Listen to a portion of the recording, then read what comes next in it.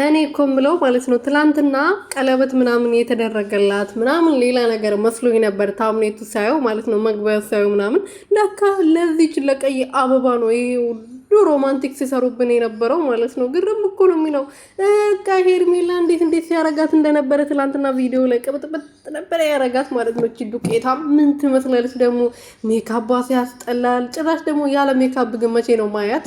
ያለ ሜካፕ እኮ ብትታይ እቺ ዱቄት ማለት ነው። አረ ዱቄት ያምራል ማለት አመድ ከሰል አንድዳችሁ የሆነ መጨረሻ ላይ የሚደፋ አመድ የለም እሱ ነው የምትመስለው የምር ማለት ዱቄት እኮ ጥቅም ላይ ይውላል እንዴ ስንቱን እየመገብ አይደል እንዴ ዱቄት ብዬ ደግሞ ጭራሽ ስም አወጣላታለሁ እቺ አመድ ማለት ነው። እና ትላንትና እንደዛ በቃ የሆነ ተንበርክኮ ምናምን ሌላ ታሪክ ሰርቶ እንትን እያደረጉብን ነበር ድራማ እየሰሩብን ማለት ነው። እኔ እየሳኩ ነበር የምር ማለት ነው። የሆነ በቃ እኔ ያሰብኩት አበባ ውስጥ የሆነ አለ በቃ ወይን ቀለበት አለ ምናምን ብዬ አስቤ ነበር። ግን ለአንድች አበባ የሁሉ መንበርከክ ምንድን ነው?